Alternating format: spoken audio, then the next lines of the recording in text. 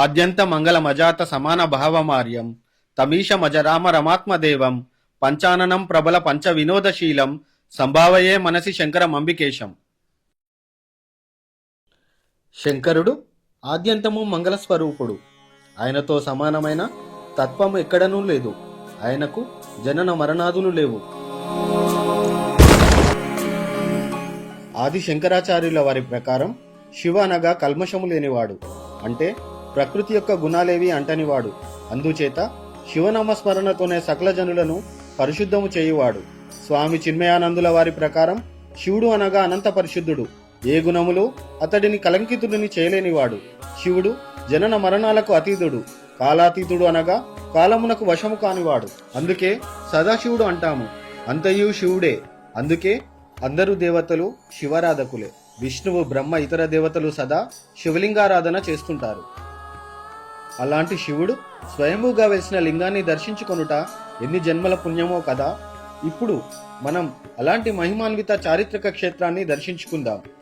ఈ ఆలయం తెలంగాణ రాష్ట్రం హన్మకొండ జిల్లా ఐనవోలు మండలంలోని ముల్కలగూడెంలోని శ్రీ స్వయంభూ శివాంజనేయ స్వామి ఆలయం. ఈ ఆలయంలో స్వయంభూగా వెలిసిన స్వామి మహత్యాలు చెప్పడం ఎవరి తరం కాదు. కోరిన కోరికలు తీర్చే కొంగు బంగారం ఈ స్వయంభూ శంకరుడు. ఆయన పిలుపు లేకుంటే ఎంతటి వారైనా వెళ్ళలేని ఆలయం. ఆయన కరుణిస్తే ఎలాంటి కష్టమైనా త్రుటిలో మాయం చేసే కరుణామూర్తి ఆయన దర్శనం. శివుడు స్వయముగా వెలిసిన పవిత్రమైన స్థలం ఇది. ఎంతో అరుదుగా ఉండే కాకతీయులు నిర్మించిన ద్వికూట ఆలయం. నాగేంద్రుడు ప్రతిదినం శివుణ్ణి సేవించి తెల్లవార్లు కాపలా ఉండే ఆలయం. ఎన్నో చారిత్రక ఆలయాలు ఉన్న కొండపర్తికి అతి దగ్గరలో ఉన్న మహిమాన్విత క్షేత్రం.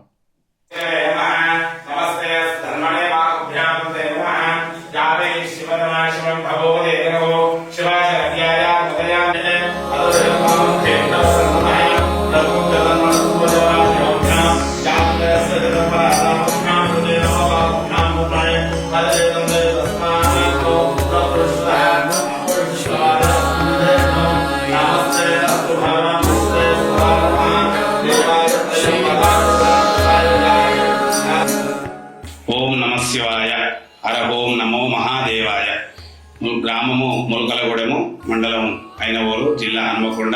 శ్రీ స్వయంభూ శివాంజనేయ స్వామి దేవాలయము.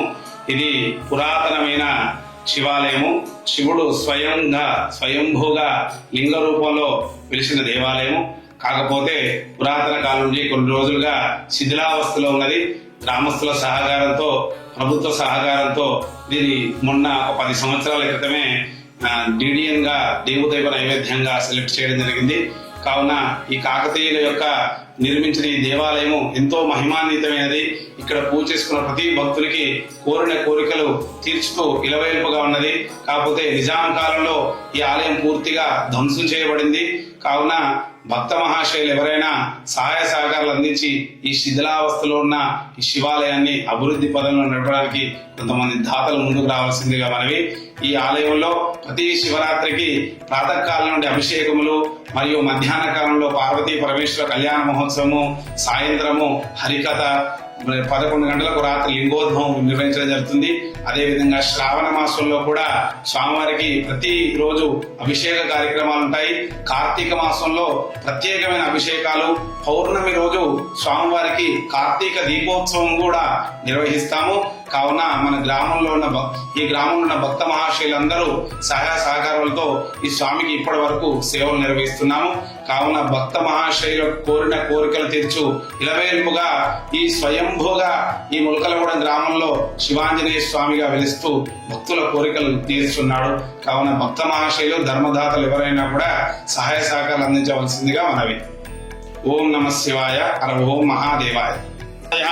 यादेर्दृश्यवादनोरघोरापापकाशिनी तया नस्तनवा सन्तमजा करिषन्ताभिजाकशी यामिषं करिषन्तहस्ते बिर्भर्षस्तवे शिवाङ्गर्त्रदाङ्गरमाहिगंसि पुरुषं जगतो शिवे नवजदात्मा सर्वमिज्जगते स्मगो सुमना असतो अद्यमोदवक्ता प्रथमो देव्याभिषगो ऐङ्गिच्च सर्वा जम्भयं सर्वा यातधान्यः असंयो सर्पतिनीलग्रीवाय विलोकितः उदैनं घोपादुषन्नदुषन्नद्वार्यः उदैनं विश्वाभूतान् दृष्ट्वा यातनः భాగవ అప అవదత్వదనం సహస్రాక్షదే విశేష శల్యాన ముఖాన శుభోన సుమనాభవ విద్యంతక వర్ధనో విశల్యో భానవా భూతః అనేశన్య సేజవా వర్షది లింగరిః యాతే హేతిర్మిడుష్టమస్తే పపోవతేదరభు తయాత్వం విశ్వదః అతో విశిష్టవారే అస్మిన్నిదే గతం నమస్తే అస్తు భగవన్ విశ్వేశ్వరాయ మహా దేవాయ త్రయంబకాయ త్రిపురాంతకాయ త్రికాగ్నికాలాయ కాలాగ్ని రుద్రాయ నీలకంఠాయ మృత్యుంజయాయ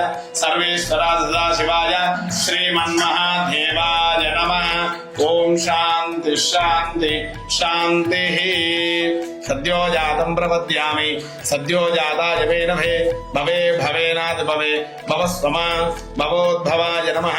వామదేవాయ నమో జ్యేష్ఠాయ నమో శ్రేష్ఠాయ నమో రుద్రాయ నమో కాలాయ నమో కలవికరణాయ నమో బలాయ నమో బలవికరణాయ నమో బలప్రదమనాయ నమో సర్వభూతమనాయ నమః. అఘోరేభ్యో దఘోరేభ్యో ఘోరఘోరధరేభ్యః సర్వేభ్యః సర్వధర్వేభ్యః నమస్తే అస్తు రుద్రరూపేభ్యః తత్పురుషాయ విద్మహే మహాదేవాయ ధీమహి తన్నో రుద్ర ప్రచోదయాత్. ఈశానా సర్వ విద్యానాం ఈశ్వర సర్వభూతానాం బ్రహ్మాధిపతి బ్రహ్మణోధిపతి బ్రహ్మ శివో మే అస్తు సదా శివో. శ్రీ స్వయంభూ శివాంజనేయ స్వామి దేవతాభ్య నమః. జలాభిషేకే వినియోగః. ఓం అరహర నమః సోమాయ రుద్రాయ నమః స్తామ్రాయ కరుణాయ నమః శృంగాయ పశుపతే నమో ఉగ్రాయ భీమాయ నమో అగ్రే వదాయ ధూరే వదాయ నమో అంత్రే హనీయసే జరుక్షేభ్యో హరికేశేభ్యో నమస్తారాయ నమః శంభవే నమ యోభవే జ నమః శంకరాయ జ మహేశ్వరాయ జ నమః శివాయ జ శివతరాయ జ నమస్తీర్యాయ జ కూల్యాయ నమ పార్యాయ జ వార్యాయ నమ ప్రధరణాయ జ ఉదరణాయ జ అతార్యాయ జ. ఓం శివాయ నమః. ఓం శంభవే నమః. ఓం మహేశ్వరాయ నమః. ఓం పినాకినే నమః. ఓం ఖడ్వాంగినే నమః. ఓం విష్ణువల్లభాయ నమః. ఓం శివిపిష్టాయ నమః. ఓం అంబికానాథాయ నమః. ఓం భక్తవత్సలాయ నమః. ఓం భవాయ నమః. ఓం శర్వాయ నమః. యజమానస్యాః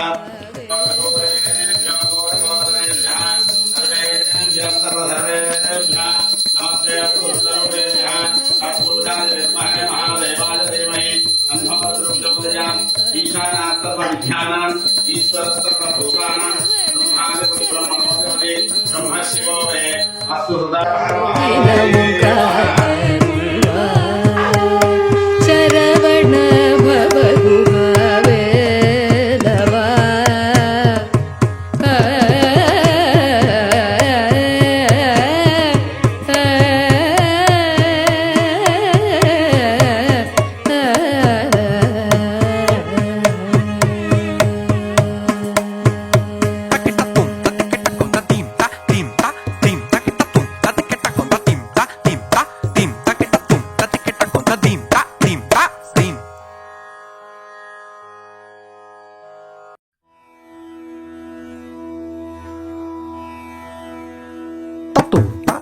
అయితే ఈ దేవాలయము ఒక శాపగ్రస్తంగా గుళ్ళో గర్భాలయానికి ముందుగా అంతరాలయంలో శాపగ్రస్తంగా ఎవరో శపిస్తూ ఒక రాతి సంతకం ఉంచడం జరిగింది. ఆ రాతి సంతక ఏ రోజైతే మాయమైపోయిందో ఆ రోజు నుంచి పక్షం రోజుల్లో నేను పూజ చేయడానికి స్వామివారి పిలిపించుకున్నారు. నేను ఎక్కడో ధర్మసాగర్ మండలంలో ఉండేవాడిని. అక్కడి నుంచి స్వామి ప్రాతిష్ఠంతో ఇక్కడికి వచ్చి సేవ చేయడానికి ఆ సంతక పోయిన తర్వాత 15 రోజుల తర్వాతనే ఇక్కడ ఈ గుడిలో పూజలు జరగడం మొదలుపెట్టాయి. అంతకుముందు ఈ గుడి శిథిలావస్థలో ఉంది. ఇందులో అసలు పూజా కార్యక్రమాలే లేవు. నిత్యం ధూపదీపం కూడా లేకుండా ఉండేను. అదే విధంగా నేను వచ్చి ఒక 15 రోజులుగా ఉండి ఈ ఊర్లో గ్రామంలో అసలు ఉండడానికి గృహమే లేదు. ఆ రోజు ఒకరోజు రాత్రి సమయంలో వచ్చి స్వామి నేను నీకు పూజ చేసే భాగ్యం లేదు, నాకు ఈ ఊర్లో గృహం దొరకడం లేదని చెప్పగానే ఆ స్వామి రాత్రి తెల్లవారక ముందే ఒక భక్తుడిని పంపించి స్వామి మా ఇంట్లో ఉండండి అని చెప్పి వెళ్ళినారు. ఈ స్వామి యొక్క మహిమ ఆ రోజు నాకు చాలా అర్థమైంది. మరలా కొంత దినం తర్వాత నేను ఈ దేవాలయానికి నీటి సౌకర్యం లేదు, నేను అక్కడ చెరువు నుండి బావి నుండి తెచ్చి నీళ్లు నేను చేయలేకపోతున్నాను అభిషేకం అని స్వామికి మొరపెట్టుకోగానే మరుసటి రోజే ఈ శిథిలావస్థలో ఉన్న ట్యాంకులోకి నీరు వచ్చింది. అదేవిధంగా స్వామి నాకు ఎటువంటి ఎటువంటి సహాయ సహకారాలు లేవు, నేను భక్తి ఎలాగా అని స్వామిని వేడుకుంటే ఇక్కడ చుట్టుపక్కల గ్రామాల కన్నా ముందుగానే స్వామి మా దేవాలయాన్ని ధూపదీప నైవేద్యంలో సెలెక్ట్ చేయడం జరిగింది. ఆ విధంగా ఎంతో ప్రాశస్త్యం కలిగిన శివాలయం ఇది.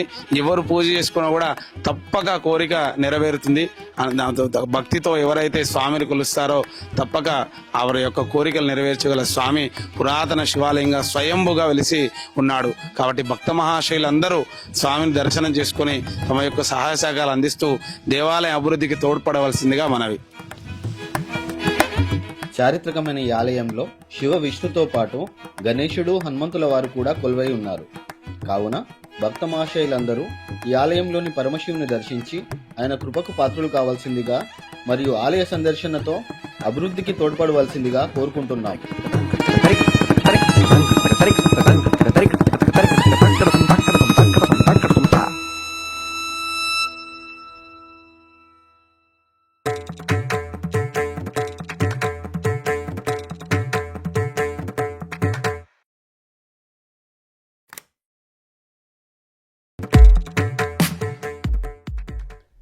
ఇలాంటి మరిన్ని మంచి దేవాలయాల సందర్శన వీడియోస్ కోసం మా ఓరుగల్లు అందాలు యూట్యూబ్ ఛానల్ను వీక్షించండి.